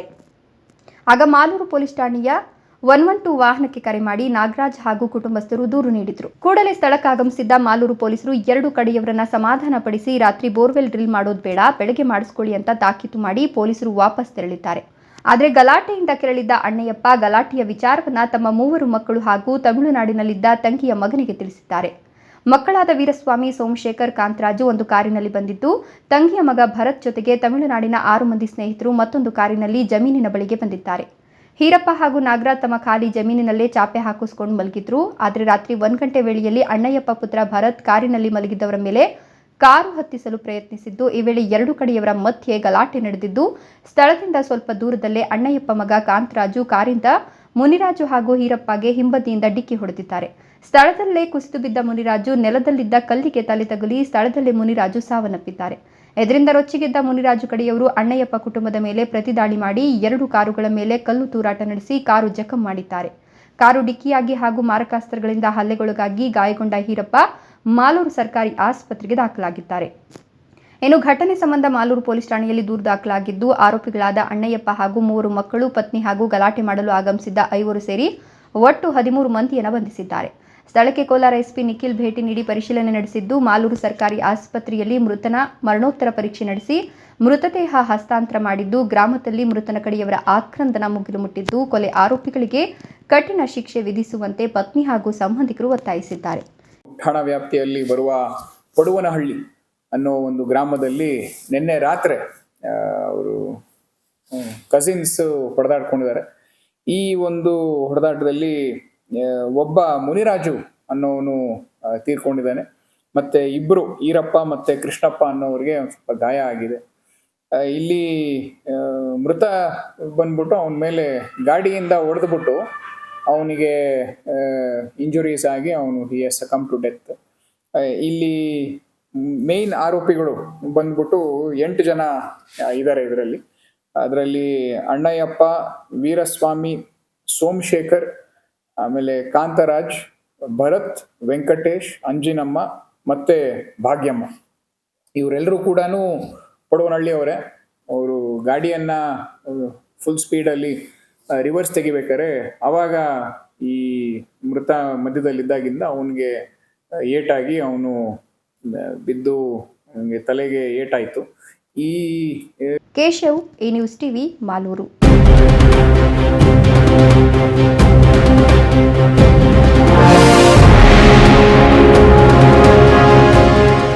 ಇಡೀ ದೇಹವನ್ನು ಕಾಪಾಡುವುದೇ ನಮ್ಮ ಬಾಯಿ. ಮಾನವನು ತಮ್ಮ ಬಾಯಿಯನ್ನು ಸ್ವಚ್ಛತೆಯಿಂದ ಇಟ್ಟುಕೊಂಡರೆ ರೋಗ ರುಜಿನಗಳನ್ನು ದೂರ ಮಾಡಬಹುದು ಎಂದು ತಾಲೂಕು ಆರೋಗ್ಯ ವೈದ್ಯಾಧಿಕಾರಿ ಡಾಕ್ಟರ್ ಸಿಎನ್ ಸತ್ಯನಾರಾಯಣ ರೆಡ್ಡಿ ತಿಳಿಸಿದರು. ಬಾಗೇಪಲ್ಲಿ ತಾಲೂಕಿನ ಗೂಳೂರು ಸಮುದಾಯ ಆರೋಗ್ಯ ಕೇಂದ್ರದಲ್ಲಿ ಏರ್ಪಡಿಸಿದ್ದ ವಿಶ್ವ ಬಾಯಿ ಆರೋಗ್ಯ ದಿನಾಚರಣೆಯನ್ನು ಉದ್ಘಾಟಿಸಿ ತಾಲೂಕು ಆರೋಗ್ಯ ವೈದ್ಯಾಧಿಕಾರಿ ಡಾಕ್ಟರ್ ಸಿಎನ್ ಸತ್ಯನಾರಾಯಣ ರೆಡ್ಡಿ ಮಾತನಾಡಿ, ಮನುಷ್ಯನಿಗೆ ಹಲ್ಲುಗಳು ಬಹಳ ಮುಖ್ಯ. ಕಾರಣ, ಇಡೀ ದೇಹದ ಆರೋಗ್ಯವನ್ನು ಕಾಪಾಡುವ ಗುಣ 32 ಹಲ್ಲುಗಳಿಗಿದೆ. ಆ 32 ಹಲ್ಲುಗಳಿಗೆ ಒಬ್ಬ ವೈದ್ಯರು ಬೇಕೇ ಬೇಕು. ಬೆಳಗ್ಗೆ ಎದ್ದ ತಕ್ಷಣ ಹಲ್ಲುಗಳನ್ನು ಚೆನ್ನಾಗಿ ತೊಳೆದು ನಂತರ ನೀರು ಕುಡಿದ್ರೆ ಹಲವು ಅನಾರೋಗ್ಯಗಳನ್ನು ತಡೆಯಬಹುದು. ನಮ್ಮ ಗಡಿಭಾಗದಲ್ಲಿ ಕುಡಿಯುವ ನೀರಿನಲ್ಲಿ ಫ್ಲೋರೈಡ್ ಅಂಶ ಹೆಚ್ಚಾಗಿ ಇರೋದ್ರಿಂದ ಶುದ್ಧ ಕುಡಿಯುವ ನೀರನ್ನೇ ಸೇವನೆ ಮಾಡಬೇಕು. ಹಲ್ಲುಜ್ಜುವ ಬ್ರಷ್ ಮತ್ತು ಪೇಸ್ಟ್ ಒಳ್ಳೆಯ ಗುಣಮಟ್ಟದಿಂದಿರುವ ವಸ್ತುಗಳನ್ನು ಖರೀದಿ ಮಾಡಬೇಕು ಹಾಗೂ ಅವುಗಳನ್ನು ಕಾಲಕಾಲಕ್ಕೆ ಬದಲಾವಣೆ ಮಾಡಬೇಕು. ಒಟ್ಟಿನಲ್ಲಿ ನಮ್ಮ ಇಡೀ ದೇಹವನ್ನು ಕಾಪಾಡೋದೇ ಬಾಯಿ ಎಂಬುದನ್ನು ಮರಿಬೇಡಿ ಅಂದರು. ಯಾಕೆ ಅಂದರೆ ಫ್ಲೋರೈಡ್ ನೀರಲ್ಲಿ ಆಲ್ರೆಡಿ ಜಾಸ್ತಿ ಇರೋದ್ರಿಂದ ನಮ್ಮ ಶರೀರದಲ್ಲಿ ಆಲ್ರೆಡಿ ಇರೋದ್ರಿಂದ ನಮಗೆ ಬೇಕಾಗಿಲ್ಲ. ನಮಗೆ ಬೇಕಾಗಿರೋದು ಫ್ಲೋರೈಡ್ ಇಲ್ಲದೆ ಇರತಕ್ಕಂಥ ಟೂತ್ಪೇಸ್ಟ್ಗಳು. ಅದು ಎಲ್ಲಿ ಯಾವ್ದು ಸಿಗುತ್ತೆ ಅಂತ ಮಾರ್ಕೆಟಲ್ಲಿ ಸುಮಾರು ಸಿಗ್ತಾವೆ. ಆಯುರ್ವೇದಿಕ್ ವರ್ಷನ್ ಇರ್ತಕ್ಕಂಥದ್ದು ನೋಡ್ಕೋಬೇಕು. ಅದರಲ್ಲಿ ಇದೊಂದು ಸ್ವಲ್ಪ ಮನಸ್ಸಲ್ಲಿ ಇಟ್ಕೋಬೇಕು. ನಾವೇನು ಮಾಡ್ತೀವಿ, ಮಾರ್ಕೆಟಲ್ಲಿ ಅಡ್ವರ್ಟೈಸ್ಮೆಂಟ್ ಬರ್ತಕ್ಕಂಥ ಎಲ್ಲವೂ ನಿಮ್ಮ ಪೇಸ್ಟಲ್ಲಿ ಉಪ್ಪು ಇದೆಯಾ ಅಂತ ಕೇಳ್ತಿದ್ರಿಲ್ವ? ಈಗ ನಿಮ್ಮ ಪೇಸ್ಟಲ್ಲಿ ಬೊಗ್ಗು ಇದೆಯಾ ಅಂತ ಕೇಳ್ತಿದ್ರು. ಬರ್ತಾ ಇದೆಯಾ? ಬೊಗ್ಗು ಬರ್ತಾ ಇದೆ, ಉಪ್ಪು ಬರ್ತಾ ಇದೆ. ಹಿಂದಿನ ಕಾಲದಲ್ಲಿ ಏನು ಮಾಡ್ತಿದ್ರು, ಮನೆಗಳಲ್ಲಿ ಇಜ್ಜಲೂ ಅದು ಉಪ್ಪು ಹಾಕ್ಬಿಟ್ಟು ಚೆನ್ನಾಗಿ ಉಜ್ಜಿಬಿಟ್ಟು ಅದನ್ನು ಯೂಸ್ ಮಾಡ್ತಿದ್ರು. ಈಗ ಮತ್ತೆ ಎಲ್ಲಿಗೆ ಬಂದಿದ್ದೀವಿ? ಅರ್ಥ ಆಯ್ತಲ್ಲ? ಸೊ ನಮ್ಮ ಏನಿತ್ತು ಪದ್ಧತಿಗಳು ಅದರಲ್ಲಿ ಸೈನ್ಸ್ ಇದೆ ಅಲ್ವಾ, ಅದನ್ನು ನಾವು ತಿಳ್ಕೊಂಡು ಅದೇ ರೀತಿ ಬರುತ್ತೆ. ಆಮೇಲೆ ರಾತ್ರಿ ಹೊತ್ತು ಅಷ್ಟೇ, ಮಲಗೋಕ್ಕಿಂತ ಮುಂಚೆ ಆಗಲೆಲ್ಲ ವರ್ಕ್ ಮಾಡಿರುತ್ತಲ್ಲ, ರಾತ್ರಿ ಕೂಡ ಬ್ರಷ್ ಮಾಡಿಕೊಂಡು ಮಲಗಬೇಕು ಅನ್ನೋಂಥದ್ದು. ಗೂಳೂರು ಸಮುದಾಯ ಆರೋಗ್ಯ ಕೇಂದ್ರದ ದಂತ ವೈದ್ಯಾಧಿಕಾರಿ ಡಾಕ್ಟರ್ ಜ್ಯೋತಿ ರೆಡ್ಡಿ ಮಾತನಾಡಿ, ಇಡೀ ವಿಶ್ವದಾದ್ಯಂತ ಬಾಯಿಯ ಆರೋಗ್ಯ ದಿನಾಚರಣೆಯನ್ನು ಮಾಡಲಾಗ್ತಿದೆ. ಅದೇ ರೀತಿಯಲ್ಲಿ ನಮ್ಮ ಸಮುದಾಯ ಆರೋಗ್ಯ ಕೇಂದ್ರದಲ್ಲಿ ಆಚರಣೆ ಮಾಡ್ತಾ ಇದ್ದೇವೆ. ಬಾಯಿಯ ಆರೋಗ್ಯ ಹೇಗೆ ಕಾಪಾಡಿಕೊಳ್ಬೇಕು ಅಂದರೆ, ಮಗು ತಾಯಿಯ ಗರ್ಭದಿಂದ ಹುಟ್ಟುವಾಗಲಿಂದ ಕೊನೆಯ ಉಸಿರು ಇರೋವರೆಗೂ ಬಾಯಿಯ ಆರೋಗ್ಯವನ್ನು ಕಾಪಾಡಿಕೊಳ್ಬೇಕು ಅಂದರು. ಈ ಸಂದರ್ಭದಲ್ಲಿ ಸಮುದಾಯ ಆರೋಗ್ಯ ಕೇಂದ್ರದ ಆಡಳಿತ ವೈದ್ಯಾಧಿಕಾರಿ doctor Shivakumar, doctor Babu Reddy, doctor Swathi, ಹಿರಿಯ ಶುಶ್ರೂಷಕ ಅಧಿಕಾರಿ ಮಂಜುನಾಥ್, ಸಿಬ್ಬಂದಿಯಾದ ವೆಂಕಟೇಶ್, ಅಜಯ್, ಬಾಬು, ಆಶಾ ಕಾರ್ಯಕರ್ತೆಯರು ಹಾಜರಿದ್ದರು. Subbu, A news TV, Bagepalli. TV ಮಾಧ್ಯಮಗಳ ಪ್ರಭಾವ ಯುವ ಸಮೂಹವನ್ನು ಹಾಳು ಮಾಡುತ್ತಿದೆ ಎಂಬುದಕ್ಕೆ ಇಲ್ಲೊಂದು ತಾಜಾ ನಿದರ್ಶನ. ಆಟವಾಡುತ್ತಾ ಒಟ್ಟೊಟ್ಟಿಗೆ ಬೆಳೆಯಬೇಕಾದ ಶಾಲಾ ಮಕ್ಕಳು ಕ್ಷುಲ್ಲಕ ಕಾರಣಕ್ಕೆ ಮನಬಂದಂತೆ ಬಡಿದಾಡಿಕೊಳ್ಳುವುದನ್ನು ನೋಡಿದರೆ ಯುವ ಸಮೂಹ ಎತ್ತ ಸಾಗುತ್ತಿದೆ ಎಂಬ ಅನುಮಾನ ಸೃಷ್ಟಿಯಾಗುತ್ತಿದೆ.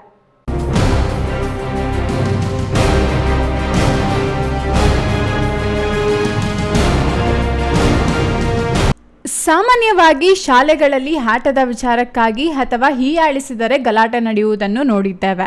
ಆದರೆ ಕೋಲಾರ ಜಿಲ್ಲೆಯ ಮುಳಬಾಗಿಲು ತಾಲೂಕಿನ ಸರ್ಕಾರಿ ಶಾಲೆಯ ವಿದ್ಯಾರ್ಥಿಗಳ ನಡುವೆ ಕ್ಷುಲ್ಲಕ ಕಾರಣವೊಂದಕ್ಕೆ ಮಾರಾಮಾರಿ ನಡೆದಿರುವ ಘಟನೆ ನಡೆದಿದೆ. ಮುಳಬಾಗಿಲು ತಾಲೂಕಿನ ಮಲ್ಲನಾಯಕನಹಳ್ಳಿ ಗ್ರಾಮದ ಸರ್ಕಾರಿ ಪ್ರೌಢಶಾಲೆಯಲ್ಲಿ ಮಧ್ಯಾಹ್ನ ಬಿಸಿಯೂಟದ ಬಳಿಕ ತಟ್ಟೆ ತೊಳೆಯುವ ವಿಚಾರಕ್ಕೆ ಮಕ್ಕಳ ನಡುವೆ ಗಲಾಟೆಯಾಗಿದ್ದು, ವ್ಯಕ್ತಿಯೊಬ್ಬರು ಬಾಲಕರ ಹೊಡೆದಾಟದ ವಿಡಿಯೋ ಮಾಡಿದ್ದಾರೆ. ಶಾಲೆಯ ಎರಡು ಗುಂಪಿನ ನಡುವೆ ಮಾರಾಮಾರಿ ನಡೆದಿದ್ದು, ಈ ವೇಳೆ ವಿದ್ಯಾರ್ಥಿಗಳ ಬಟ್ಟೆಗಳನ್ನೆಲ್ಲ ಎಳೆದಾಡಿಕೊಂಡು ಗಲಾಟೆ ಮಾಡಿದ್ದಾರೆ.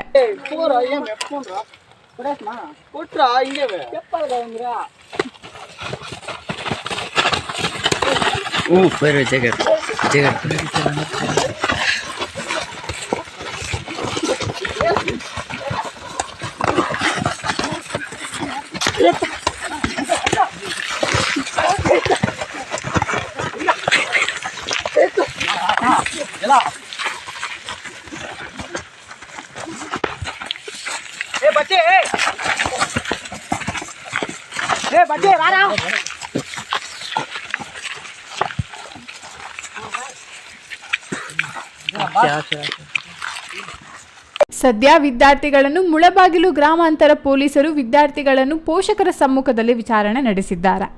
Satish, E news TV, Kolar.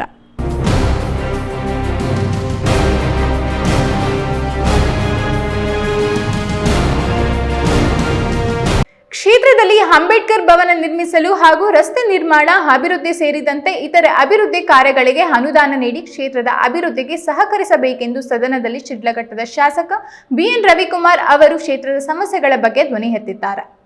Sidlaghatta ಕ್ಷೇತ್ರಕ್ಕೆ ಈ ಒಂದು ಅಭಿವೃದ್ಧಿಯಲ್ಲಿ ಅವರಿಗೆ ಮಂಜೂರಾತಿ ಮಾಡಿಲ್ಲ. 23 ಬಿಎನ್ ರವಿಕುಮಾರ್, ಬಿಎನ್, ಶಿಡ್ಲಘಟ್ಟ. ಮಾನ್ಯ ಅಧ್ಯಕ್ಷರೇ, ನಮ್ಮ ಶಿಡ್ಲಘಟ್ಟ ವಿಧಾನಸಭಾ ಕ್ಷೇತ್ರ ಬಹಳಷ್ಟು ಹಿಂದುಳಿದಿರ್ತಕ್ಕಂಥ ಕ್ಷೇತ್ರ. ವಿಧಾನಸೌಧದಲ್ಲಿ ನಡೆದ ರಾಜ್ಯದ ಬಜೆಟ್ ಮೇಲೆ ನಡೆದ ಚರ್ಚೆಯಲ್ಲಿ ಶಿಡ್ಲಘಟ್ಟ ಕ್ಷೇತ್ರದ ಸಮಸ್ಯೆಗಳ ಬಗ್ಗೆ ಕ್ಷೇತ್ರದ ಶಾಸಕ ಬಿಎನ್ ರವಿಕುಮಾರ್ ಧ್ವನಿ ಎತ್ತಿ ಗಮನ ಸೆಳೆದಿದ್ದಾರೆ. ಶಿಡ್ಲಘಟ್ಟವು ಆಂಧ್ರದ ಗಡಿ ಭಾಗಕ್ಕೆ ಹೊಂದಿಕೊಂಡ ಹಿಂದುಳಿದ ಕ್ಷೇತ್ರವಾಗಿದ್ದು, ಪರಿಶಿಷ್ಟ ಜಾತಿ ಮತ್ತು ಪರಿಶಿಷ್ಟ ಪಂಗಡದ ಸುಮಾರು 60,000ಕ್ಕೂ ಹೆಚ್ಚು ಜನಸಂಖ್ಯೆ ಇದ್ದು, ತಾಲೂಕು ಕೇಂದ್ರದಲ್ಲಿ ಅಂಬೇಡ್ಕರ್ ಭವನ ಇಲ್ಲ ಎಂದು ಅಸಮಾಧಾನ ವ್ಯಕ್ತಪಡಿಸಿದರು. ನಾನು ಶಾಸಕನಾಗಿ ಆಯ್ಕೆಯಾಗಿ 22 ತಿಂಗಳಾಗಿದ್ದು, ಪ್ರಗತಿ ಕಾಲೋನಿ ಯೋಜನೆಯಡಿ ಇದುವರೆಗೂ 100 ಮೀಟರ್ ಸಿಮೆಂಟ್ ರಸ್ತೆಯಾಗಲಿ ಡ್ರೈನೇಜ್ ಆಗಲಿ ನಿರ್ಮಾಣ ಮಾಡಲು ಆಗಿಲ್ಲ. ಆದಿಜಾಂಬವ ಅಭಿವೃದ್ಧಿ ನಿಗಮದಿಂದ ಗಂಗಾ ಕಲ್ಯಾಣ ಯೋಜನೆ ಮತ್ತು ಸ್ವಾವಲಂಬಿ ಸಾರಥಿ ಯೋಜನೆ ಅಡಿ ಒಂದು ಗುರಿ ನೀಡಿದ್ದಾರೆ. ಯಾರಿಗೆ ಕೊಡುವುದು, ಯಾರಿಗೆ ಬಿಡುವುದು ಎಂದು ಪ್ರಶ್ನಿಸಿದರು. 2024-2025ನೇ ಸಾಲಿನಲ್ಲಿ ಗ್ರಾಮೀಣ ಅಭಿವೃದ್ಧಿ ಮತ್ತು ಪಂಚಾಯತ್ ರಾಜ್ ಇಲಾಖೆಯಿಂದ ಚಿಕ್ಕಬಳ್ಳಾಪುರ ಜಿಲ್ಲೆಯ ಗೌರಿಬಿದನೂರು 9 ಕೋಟಿ ರು, ಚಿಕ್ಕಬಳ್ಳಾಪುರ 4 ಕೋಟಿ ರು, ಬಾಗೇಪಲ್ಲಿ 4 ಕೋಟಿ ರು ಅನುದಾನ ನೀಡಿದ್ದು, ಶಿಡ್ಲಘಟ್ಟ ವಿಧಾನಸಭಾ ಕ್ಷೇತ್ರಕ್ಕೆ ಮಾತ್ರ ಬಿಡಿಗಾಸು ಕೂಡ ಕೊಟ್ಟಿಲ್ಲ ಎಂದರು. ಶಿಡ್ಲಘಟ್ಟ ವಿಧಾನಸಭಾ ಕ್ಷೇತ್ರದ ರಾಜಕೀಯ ಸ್ಥಿತಿಯನ್ನು ಗಮನಿಸಿದರೆ ಇದುವರೆಗೂ ನಡೆದ 16 ಚುನಾವಣೆಗಳಲ್ಲಿ 11 ಬಾರಿ ಕಾಂಗ್ರೆಸ್ ಗೆದ್ದಿದೆ. ಈ ಕ್ಷೇತ್ರದಲ್ಲಿ ಪರಿಶಿಷ್ಟ ಜಾತಿಯ ಎಡಗೈ ಸಮುದಾಯದವರೇ ಹೆಚ್ಚಿನ ಸಂಖ್ಯೆಯಲ್ಲಿದ್ದು, ಇಲ್ಲಿ ಅಂಬೇಡ್ಕರ್ ಭವನ ನಿರ್ಮಾಣಕ್ಕೆ ಹಾಗೂ ಸಿಮೆಂಟ್ ರಸ್ತೆ, ಡ್ರೈನೇಜ್ ನಿರ್ಮಾಣಕ್ಕೆ ಎಸ್ಸಿಪಿ, ಟಿಎಸ್ಪಿ ಯೋಜನೆಯಡಿ ಅನುದಾನ ನೀಡಬೇಕೆಂದು ಸಮಾಜ ಕಲ್ಯಾಣ ಇಲಾಖೆ ಹಾಗೂ ಗ್ರಾಮೀಣ ಅಭಿವೃದ್ಧಿ ಮತ್ತು ಪಂಚಾಯತ್ ರಾಜ್ ಇಲಾಖೆ ಸಚಿವರಲ್ಲಿ ಮನವಿ ಮಾಡಿದರು. ಮಾನ್ಯ ಅಧ್ಯಕ್ಷರೇ, ಇವತ್ತು ನಮ್ಮ ಶಿಡ್ಲಘಟ್ಟ ವಿಧಾನಸಭಾ ಕ್ಷೇತ್ರ ಬಹಳಷ್ಟು ಹಿಂದುಳಿದಿರ್ತಕ್ಕಂಥ ಕ್ಷೇತ್ರ. ಇವತ್ತು ನಮ್ಮ ಕ್ಷೇತ್ರದಲ್ಲಿ ಪರಿಶಿಷ್ಟ ಜಾತಿ ಮತ್ತು ಪರಿಶಿಷ್ಟ ಪಂಗಡ ಸುಮಾರು 60,000 ಮತದಾರರಿರ್ತಕ್ಕಂಥ ಕ್ಷೇತ್ರ ಆಗಿದೆ ಅಧ್ಯಕ್ಷರೇ. ಚಿಕ್ಕಬಳ್ಳಾಪುರ ಜಿಲ್ಲೆಗೆ ಸಂಬಂಧಪಟ್ಟಂಗೆ ಗೌರಿಬಿದನೂರು ತಾಲೂಕು 9 ಕೋಟಿಯನ್ನು ಕೊಟ್ಟಿದ್ದಾರೆ, ಚಿಕ್ಕಬಳ್ಳಾಪುರ ತಾಲೂಕು 4 ಕೋಟಿ ಕೊಟ್ಟಿದ್ದಾರೆ, ಮತ್ತು ಬಾಗೇಪಲ್ಲಿಗೆ 4 ಕೋಟಿ ಕೊಟ್ಟಿದ್ದಾರೆ. ನಮ್ಮ ಶಿಡ್ಲಘಟ್ಟ ವಿಧಾನಸಭಾ ಕ್ಷೇತ್ರಕ್ಕೆ ಇವತ್ತು ಒಂದು ಹಣ ಯಾವುದೇ ಬಿಡುಗಡೆ ಆಗಿಲ್ಲ ಅಧ್ಯಕ್ಷರೇ. 16 ವಿಧಾನಸಭಾ ಚುನಾವಣೆಯಲ್ಲಿ 11 ಬಾರಿ ಕಾಂಗ್ರೆಸ್ ಪಕ್ಷದ ಶಾಸಕರನ್ನು ಗೆಲ್ತಿರ್ತಕ್ಕಂಥ ಕ್ಷೇತ್ರ ಮಾನ್ಯ ಅಧ್ಯಕ್ಷರೇ. ಈ ವೇಳೆ ಸದನದಲ್ಲಿ ಹಾಜರಿದ್ದ ಸಮಾಜ ಕಲ್ಯಾಣ ಇಲಾಖೆ ಸಚಿವ HC ಮಹದೇವಪ್ಪ ಅವರು ಶಿಡ್ಲಘಟ್ಟ ತಾಲೂಕು ಕೇಂದ್ರದಲ್ಲಿ ಅಂಬೇಡ್ಕರ್ ಭವನ ಇಲ್ಲದಿರುವ ಬಗ್ಗೆ ವರದಿ ತರಿಸಿಕೊಂಡು ಅಂಬೇಡ್ಕರ್ ಭವನ ನಿರ್ಮಾಣದ ಬಗ್ಗೆ ಕ್ರಮ ಕೈಗೊಳ್ಳುವುದಾಗಿ ಸದನದಲ್ಲಿ ಉತ್ತರಿಸಿದರು. ಇನ್ನು ಅನುದಾನ ಬಿಡುಗಡೆಗೆ ಸಂಬಂಧಿಸಿದಂತೆ ಹಣಕಾಸು ಲಭ್ಯತೆ ಆಧಾರದ ಮೇಲೆ ಶಿಡ್ಲಘಟ್ಟ ಕ್ಷೇತ್ರಕ್ಕೂ ಅನುದಾನ ನೀಡುವುದಾಗಿ ಸಚಿವ ಮಹದೇವಪ್ಪ ತಿಳಿಸಿದರು. ವೀರಾಪುರ ಮಂಜುನಾಥ್, ಈ ನ್ಯೂಸ್ ಟಿವಿ, ಶಿಡ್ಲಘಟ್ಟ. ಶಿಡ್ಲಘಟ್ಟ ಕ್ಷೇತ್ರಕ್ಕೆ ಈ ಒಂದು ಅಭಿವೃದ್ಧಿಯಲ್ಲಿ ಅವ್ರಿಗೆ ಮಂಜೂರಾತಿ ಮಾಡಿಲ್ಲ. 23 BN ರವಿಕುಮಾರ್ BN ಶಿಡ್ಲಘಟ್ಟ. ಮಾನ್ಯ ಅಧ್ಯಕ್ಷರೇ, ನಮ್ಮ ಶಿಡ್ಲಘಟ್ಟ ವಿಧಾನಸಭಾ ಕ್ಷೇತ್ರ ಬಹಳಷ್ಟು ಹಿಂದುಳಿದಿರ್ತಕ್ಕಂಥ ಕ್ಷೇತ್ರ. ಮನೆ ನಿರ್ಮಿಸುವುದು ಎಲ್ಲರಿಗೂ ಕನಸಾಗಿದ್ದು, ನಿರ್ಗತಿಕರಿಗೆ ಈ ಒಂದು ಕನಸನ್ನು ನನಸು ಮಾಡುವ ಆಕಾಂಕ್ಷೆಯನ್ನು ಧರ್ಮಸ್ಥಳ ಗ್ರಾಮಾಭಿವೃದ್ಧಿ ನನಸು ಮಾಡಿದ. ಇದೇ ರೀತಿ 10 ಜನಪರ ಕೆಲಸಗಳನ್ನು ಜನರಿಗೆ ತಲುಪಿಸುವಂತಹ ಮಹತ್ವದ ಕಾರ್ಯವನ್ನು ಧರ್ಮಸ್ಥಳ ಸಂಸ್ಥೆಯು ಕೈಗೊಂಡಿದ್ದು ನಮಗೆ ತುಂಬಾ ಸಂತಸದ ವಿಷಯವಾಗಿದೆ ಎಂದು ಇಒ ಚಂದ್ರಯ್ಯ ತಿಳಿಸಿದರು. ವರ್ಷಗಳಿಂದ ನಮ್ಮ ಚಿಕ್ಕಬಳ್ಳಾಪುರ ಜಿಲ್ಲೆಯ ಗೌರಿಬಿದನೂರು ತಾಲೂಕು ಮನೆ ಕಟ್ಕೊಂಡಿದೆಯಲ್ಲ, ಶ್ರೀ ಕ್ಷೇತ್ರ ಧರ್ಮಸ್ಥಳ ಗ್ರಾಮಾಭಿವೃದ್ಧಿ ಯೋಜನೆ ಗೌರಿಬಿದನೂರು ತಾಲೂಕಿನ ಜ್ಞಾನ ವಿಕಾಸ ಕಾರ್ಯಕ್ರಮದಡಿಯಲ್ಲಿ ಇಡಗೂರಿನ ತಿಮ್ಮಕ್ಕ ಎಂಬುವವರಿಗೆ ವಾಸ್ತಲ್ಯ ಮನೆ ರಚನೆ ಮಾಡಿಕೊಟ್ಟಿದ್ದು ಇಂದು ಹಸ್ತಾಂತರ ಮಾಡಲಾಯಿತು. ಇಒ ಹೊನ್ನಯ್ಯ ಕಾರ್ಯಕ್ರಮದಲ್ಲಿ ಪಾಲ್ಗೊಂಡು ಮಾತನಾಡಿ, ವಾಸ್ತಲ್ಯ ಯೋಜನೆಯ ವತಿಯಿಂದ ಏನೂ ಕೈಗಾಗಲ ನಿರ್ಗತಿಕರಿಗೆ ಮನೆ ರಚನೆ ಮಾಡಿಕೊಟ್ಟಿರುವುದು ತುಂಬಾ ಸಂತೋಷದ ವಿಷಯವಾಗಿದೆ. ಒಂದು ಮನೆ ನಿರ್ಮಿಸುವುದು ಎಲ್ಲರಿಗೂ ಕನಸಾಗಿದ್ದು, ನಿರ್ಗತಿಕರಿಗೆ ಈ ಒಂದು ಕನಸನ್ನು ನನಸು ಮಾಡುವ ಆಕಾಂಕ್ಷೆಯನ್ನು ಧರ್ಮಸ್ಥಳ ಗ್ರಾಮಾಭಿವೃದ್ಧಿ ನನಸು ಮಾಡಿದೆ. ಇದೇ ರೀತಿ 10 ಜನಪರ ಕೆಲಸಗಳನ್ನು ಜನರಿಗೆ ತಲುಪಿಸುವಂತಹ ಮಹತ್ವದ ಕಾರ್ಯವನ್ನು ಧರ್ಮಸ್ಥಳ ಸಂಸ್ಥೆಯು ಕೈಗೊಂಡಿದ್ದು ನಮಗೆ ತುಂಬಾ ಸಂತಸದ ವಿಷಯವಾಗಿದೆ ಎಂದರು. ಜಿಲ್ಲಾ ನಿರ್ದೇಶಕರಾದ ಶ್ರೀಯುತ ಪ್ರಶಾಂತ್ ರವರು ಮಾತನಾಡಿ, ಸಂಸ್ಥೆಯು ನಿರ್ಗತಿಕರಿಗೆ ಪ್ರತಿ ವರ್ಷ ತಾಲೂಕಿನಲ್ಲಿ 1 ರಿಂದ 2 ಮನೆಯನ್ನು ನಿರ್ಮಾಣ ಮಾಡಿಕೊಟ್ಟಿದೆ ಹಾಗೂ ಜಿಲ್ಲಾ ರಾಜ್ಯದಲ್ಲಿ ಸಹ ಮನೆ ಕಟ್ಟಿಸಿ ಕೊಟ್ಟಿದ್ದು, ಅದೇ ರೀತಿ ನಿರ್ಗತಿಕರಿಗೆ ತಿಂಗಳಿಗೊಮ್ಮೆ ಮಶಾಸನ ನೀಡುತ್ತಾ ಬಂದಿದೆ ಎಂದರು. ಮನೆ ಕಟ್ಕೊಂಡಿದೆಯಲ್ಲ, ಇದೊಂದು ಒಳ್ಳೆ ಮನಸ್ಸಿದ್ದವ್ರಿಗೆ ಮಾತ್ರ ಈ ಥರದ್ದು ಕೆಲಸ ಮಾಡೋಕ್ಕೆ ಸಾಧ್ಯ ಆಗಿದೆ. ಸಮಾಜಮುಖಿಯಾಗಿರಬೇಕು ಮತ್ತು ಬಡವ್ರ ಬಗ್ಗೆ ಕಾಳಜಿ ಇರಬೇಕು. ಬರೀ ದುಡ್ಡು ಒಂದೇ ಮಾನದಂಡ ಇಟ್ಕೊಬಾರ್ದು. ಬಡವ್ರ ಬಗ್ಗೆ ಕಾಳಜಿ ಇದೆಯಲ್ಲ, ಇದು ನಿಜವಾಗ್ಲೂ ದೇವರು ಮಂಜುನಾಥ ಸ್ವಾಮಿ ಇನ್ನೂ ಹೆಚ್ಚು ಈ ಥರದ ಶಕ್ತಿ ಕೊಡಲಿ ಅಂತ ಹೇಳ್ತಾ ಈ ಸಂದರ್ಭದಲ್ಲಿ ತಾಲೂಕಿನ ಯೋಜನಾಧಿಕಾರಿಯವರಾದ ನಾಗರಾಜ್ ಎಂ ನಾಯ್ಕ್, ಜ್ಞಾನ ವಿಕಾಸ ಕಾರ್ಯಕ್ರಮದ ಯೋಜನಾಧಿಕಾರಿ ಸಂಧ್ಯಾ, ಜನಜಾಗೃತಿ ವೇದಿಕೆಯ ಸದಸ್ಯರಾದಂತಹ ಮೋಹನ್, ಲಕ್ಷ್ಮಿ, ಚಂದ್ರಶೇಖರ್, ಗ್ರಾಮ ಪಂಚಾಯಿತಿ ಅಧ್ಯಕ್ಷರು, ಸದಸ್ಯರು ಪಾಲ್ಗೊಂಡಿದ್ದರು. ಪ್ರದೀಪ್, ಈ ನ್ಯೂಸ್ ಟಿವಿ, ಗೌರಿಬಿದನೂರು. ವರ್ಷಗಳಿಂದ ನಮ್ಮ ಚಿಕ್ಕಬಳ್ಳಾಪುರ ಜಿಲ್ಲೆಯ ಗೌರಿಬಿದನೂರು ತಾಲೂಕು ಮನೆ ಕಟ್ಕೊಂಡಿದೆಯಲ್ಲ, ಇದೊಂದು ಎಸ್ಎಸ್ಎಲ್ಸಿ ಪರೀಕ್ಷೆ ಪ್ರಾರಂಭಕ್ಕೆ 1 ದಿನ ಬಾಕಿ ಇರುವ ಹಿನ್ನೆಲೆಯಲ್ಲಿ ಶಾಸಕ SN ಸುಬ್ಬಾರೆಡ್ಡಿಯವರು ಬಾಗೇಪಲ್ಲಿ ತಾಲೂಕಿನ ಎಲ್ಲ ಪ್ರೌಢಶಾಲೆಗಳ ಮುಖ್ಯ ಶಿಕ್ಷಕರೊಂದಿಗೆ ಝೂಮ್ ಮೀಟಿಂಗ್ ನಡೆಸಿದರಲ್ಲದೆ ವಿದ್ಯಾರ್ಥಿಗಳಿಗೆ ಪರೀಕ್ಷಾ ಭಯ ಇಲ್ಲದಂತೆ ಧೈರ್ಯವನ್ನು ತುಂಬಿ ಎಂದು ಸೂಚಿಸಿದರು.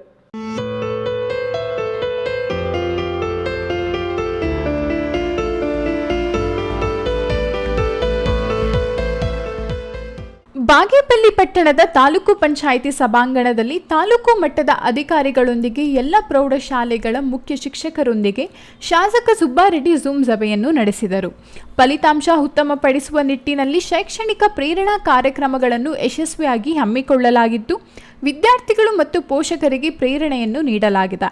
ಇದಕ್ಕೆ ಪೂರಕವಾಗಿ ಎಲ್ಲ ಶಿಕ್ಷಕರು ಬೆಳಗ್ಗೆ ಮತ್ತು ಸಂಜೆ ವಿಶೇಷ ತರಗತಿಗಳನ್ನು ನಡೆಸುವುದರ ಮೂಲಕ ವಿದ್ಯಾರ್ಥಿಗಳನ್ನು ಪರೀಕ್ಷೆಗೆ ಸಿದ್ಧಪಡಿಸಲು ಶ್ರಮಿಸಿದ್ದೀರಿ. ಹೊಸ ಪಠ್ಯ ಬೋಧನೆ ಬೇಡ, ವಿದ್ಯಾರ್ಥಿಗಳು ಧೈರ್ಯವಾಗಿ ಪರೀಕ್ಷೆಯನ್ನು ಎದುರಿಸುವಂತೆ ಮಾಡಿ, ಅನಗತ್ಯ ಆತಂಕ ಇಲ್ಲದಂತೆ ತಿಳಿಸಿ, ಎಲ್ಲಿಯೇ ಸಮಸ್ಯೆಗಳಿದ್ದರೂ ನನ್ನ ಗಮನಕ್ಕೆ ತನ್ನಿ ಪರಿಹರಿಸುತ್ತೇನೆ. ವಿದ್ಯಾರ್ಥಿಗಳಿಗೆ ಅನುಕೂಲವಾಗುವಂತೆ ಬಸ್ ವ್ಯವಸ್ಥೆಯನ್ನು ಮಾಡಲಾಗಿದೆ, ನಿರಂತರ ವಿದ್ಯುತ್ ಲಭ್ಯವಿರುವಂತೆ ಮಾಡಲಾಗಿದೆ ಎಂದರು.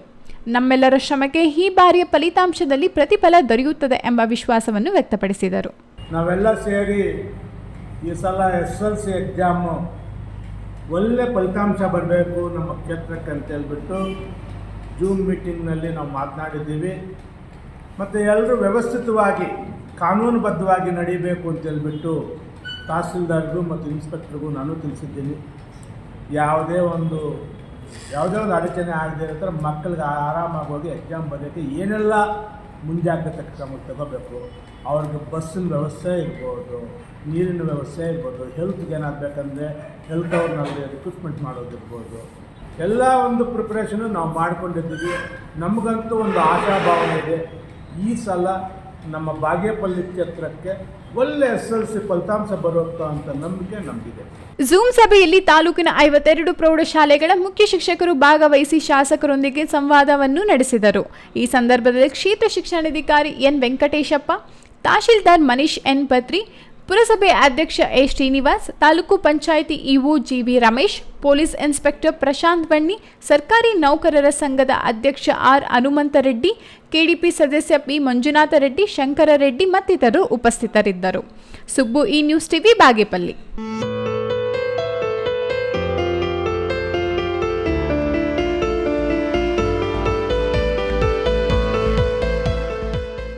ಇದೀಗ ವಿರಾಮದ ನಂತರ ಈ ನ್ಯೂಸ್ ಟಿವಿ ಮುಂದುವರಿಯುತ್ತದೆ. ಮಕ್ಕಳ ಹೈಯರ್ ಎಜುಕೇಶನ್, ಮಗಳ ಮದುವೆ, ಕನಸಿನ ಸ್ವಂತ ಮನೆ, ಇಷ್ಟಕ್ಕೆಲ್ಲ ಹಣ ಹೇಗ್ ಹೊಂದ್ಸೋದು ಅಂತ ಟೆನ್ಷನ್ ಅಲ್ಲಿದ್ದೀರಾ? ಇರೋ ಚಿನ್ನನ ಅಡ ಇಡೋಕ್ ಹೋದ್ರೆ ಬಡ್ಡಿ ಮೇಲ್ ಬಡ್ಡಿ ಕಟ್ಬೇಕು. ಬೇಡ, ಮಾರ್ಬಿಡೋಣ ಅಂದ್ರೆ ಅರ್ಧ ಬೆಲೆ ಕೇಳ್ತಾರೆ ಅನ್ನೋ ಆತಂಕದಲ್ಲಿದ್ದೀರಾ? ಟೆನ್ಷನ್ ಬಿಡಿ, ಹಿಂದೆ ಹಿಂದೂಸ್ತಾನ್ ಗೋಲ್ಡ್ ಕಂಪನಿಗೆ ಬನ್ನಿ. ನೀವ್ ಅಡ ಇಟ್ಟಿರೋ ಚಿನ್ನವನ್ನ ಬಿಡಿಸ್ತಾರೆ ಹಾಗೂ ನಿಮ್ಮಲ್ಲಿರೋ ಚಿನ್ನವನ್ನ ಇಂದಿನ ಆನ್ಲೈನ್ ಬೆಲೆಗೆ ಕೊಂಡುಕೊಂಡು ತಕ್ಷಣ ನಿಮ್ ಬಾಕಿ ಹಣ ಕೊಡ್ತಾರೆ. ಹಿಂದೂಸ್ತಾನ್ ಗೋಲ್ಡ್ ಕಂಪನಿ, ಇದು ನಿಮ್ಮ company. Hindustan gold company, it's your company.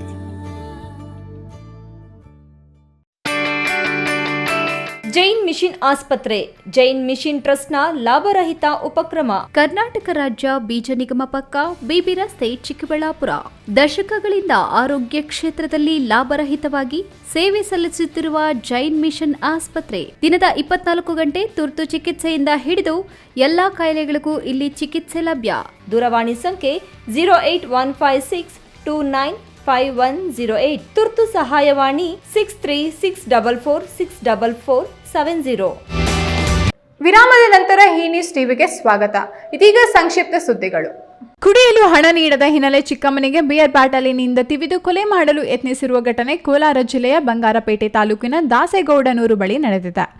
Garuda Kempanahalli ಗ್ರಾಮದ 35 ವರ್ಷದ ಅನಸೂಯ ಹಲ್ಲೆಗೊಳಗಾದ ಮಹಿಳೆ. ಇದೇ ಗ್ರಾಮದ 26 ವರ್ಷದ ಆನಂದ್ ಕೊಲೆಗೆ ಯತ್ನಿಸಿದ ಯುವಕ. ಕೆಲಸಕ್ಕೆ ತೆರಳಿದ್ದ ವೇಳೆ ಕುಡಿತಕ್ಕೆ ಹಣ ನೀಡುವಂತೆ ಆನಂದ್ ಬೇಡಿಕೆ ಇಟ್ಟಿದ್ದಾನೆ. ಅನಸೂಯ ಹಣ ಕೊಡದಿದ್ದಾಗ ಬಿಯರ್ ಬಾಟಲಿನಿಂದ ಚುಚ್ಚಿ ಕೊಲೆಗೆ ಯತ್ನಿಸಿದ್ದು, ಗಾಯಾಳು ಮಹಿಳೆಯನ್ನು ಜಾಲಪ್ಪ ಆಸ್ಪತ್ರೆಗೆ ದಾಖಲಿಸಲಾಗಿದೆ. ಆರೋಪಿ ಆನಂದನ್ನು ಕಾಮಸಮುದ್ರ ಪೊಲೀಸರು ವಶಕ್ಕೆ ಪಡೆದು ಪ್ರಕರಣ ದಾಖಲಿಸಿದ್ದಾರೆ. ಕೊನೆಯದಾಗಿ ಮತ್ತೊಮ್ಮೆ ಹೆಡ್ಲೈನ್ಸ್. ಸ್ವಂತ ಖರ್ಚಿನಿಂದ ರಸ್ತೆ ಸಾಲು ಮರಗಳಿಗೆ ನೀರುಣಿಸಿದ ಮಾಜಿ ನಗರಸಭಾಧ್ಯಕ್ಷ ಆನಂದ್ ಬಾಬು ರೆಡ್ಡಿ. ಗಿಡಗಳಿಗೆ ನೀರು ಹಾಕದ ನಗರಸಭೆ ಕಾರ್ಯವೈಖರಿಗೆ ಆಕ್ರೋಶ. ಜಲ್ಲಿ ಕ್ರಷರ್ಗಳಲ್ಲಿ ಏಕಾಏಕಿ ದುಪ್ಪಟ್ಟು ಬೆಲೆ ಏರಿಕೆ ಖಂಡಿಸಿ ಟಿಪ್ಪರ್ ಮಾಲೀಕರು, ಲಾರಿ ಚಾಲಕರಿಂದ ಪ್ರತಿಭಟನೆ. ಸ್ಪಂದಿಸದ ಕ್ರಷರ್ ಕ್ವಾರಿ ಮಾಲೀಕರು. ಶುಕ್ರವಾರದಿಂದ SLC ಪರೀಕ್ಷೆ. ಚಿಕ್ಕಬಳ್ಳಾಪುರ ಜಿಲ್ಲೆಯ 53 ಕೇಂದ್ರಗಳಲ್ಲಿ ಪರೀಕ್ಷೆ. ಜಿಲ್ಲಾಡಳಿತದಿಂದ ಸಕಲ ಸಜ್ಜು. ದಾಯಾದಿಗಳ ಮಧ್ಯೆ ಜಮೀನು ಕಲಹ ತಂದ ಕುತ್ತು, ಓರ್ವ ಬಲಿ. ಕೊಲೆಗೆ ಕಾರಣವಾದ 13 ಮಂದಿ ಪೊಲೀಸ್ ವಶಕ್ಕೆ.